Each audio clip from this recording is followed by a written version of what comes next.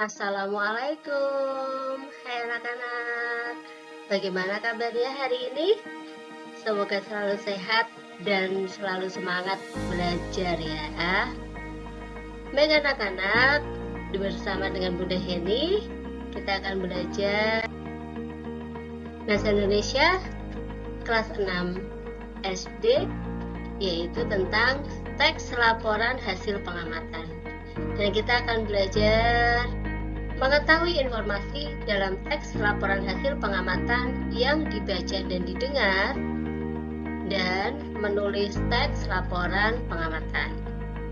Nah, sebelum kita mulai, kita baca basmalah dulu yuk. Bismillahirrahmanirrahim.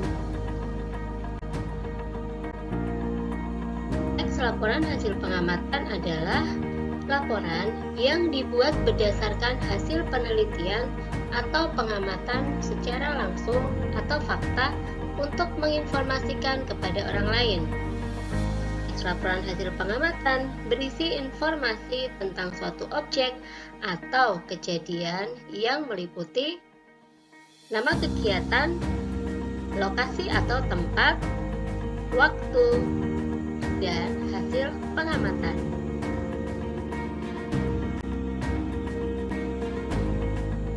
Untuk mengetahui informasi dalam suatu teks laporan hasil pengamatan, kita perlu mencermati isi teks tersebut dengan cara 1.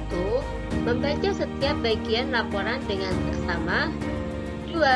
Mencatat informasi penting yang ditemukan. 3.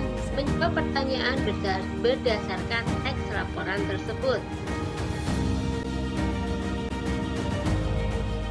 Menulis teks laporan hasil pengamatan.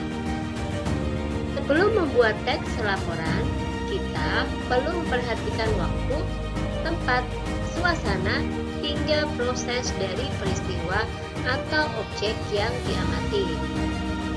Laporan harus dibuat apa adanya, sesuai dengan apa yang dilihat, diamati, bukan berdasarkan hasil perkiraan ataupun khayalan. Sebelum menyusun laporan, tentu seseorang harus melakukan pengamatan terlebih dahulu. Ia harus mempersiapkan beberapa perlengkapan pendukung seperti alat tulis, buku catatan, kamera, dan alat perekam. Jika semua sudah siap, pengamatan bisa langsung dilakukan. Tahapan-tahapan menyusun teks hasil pengamatan. 1. Menentukan judul teks laporan pengamatan berdasarkan objek yang diamati. 2. Membuat kerangka laporan pengamatan. 3. Membuat kalimat pembuka laporan pengamatan. 4. Mengembangkan ide-ide yang ada di dalam kerangka yang sudah dibuat. 5.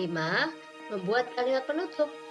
Kalimat penutup berupa kesimpulan yang diambil dari pengamatan.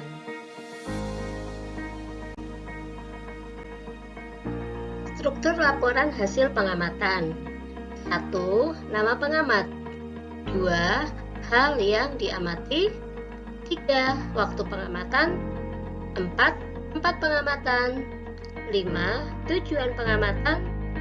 6. Hasil pengamatan. Dan yang terakhir, kesimpulan. Nah, ini ada sebuah contoh laporan hasil pengamatan. Nah, nama pengamatnya yaitu Aisyah. Dia mengamati tumbuhan yang ada di lingkungan sekolahnya ya, di halaman. Pada hari Sabtu 10 Januari 2020 di SD Pertiwi. Nah, Aisyah ini melakukan pengamatan tujuannya untuk mengetahui ciri khusus tanaman mawar. Nah, kita perhatikan ya. Nah, dia dijelaskan itu di hasil pengamatannya karena ingin mengetahui ciri khusus, jadi dia tuliskan itu ciri-ciri daun, ciri-ciri bunga, dan ciri-ciri batang dari tanaman mawar. Nah, setelah itu yang nomor 7 kesimpulan ya. Kesimpulan itu diambil dari hasil pengamatan. ya, intisari atau ringkasan dari hasil pengamatan.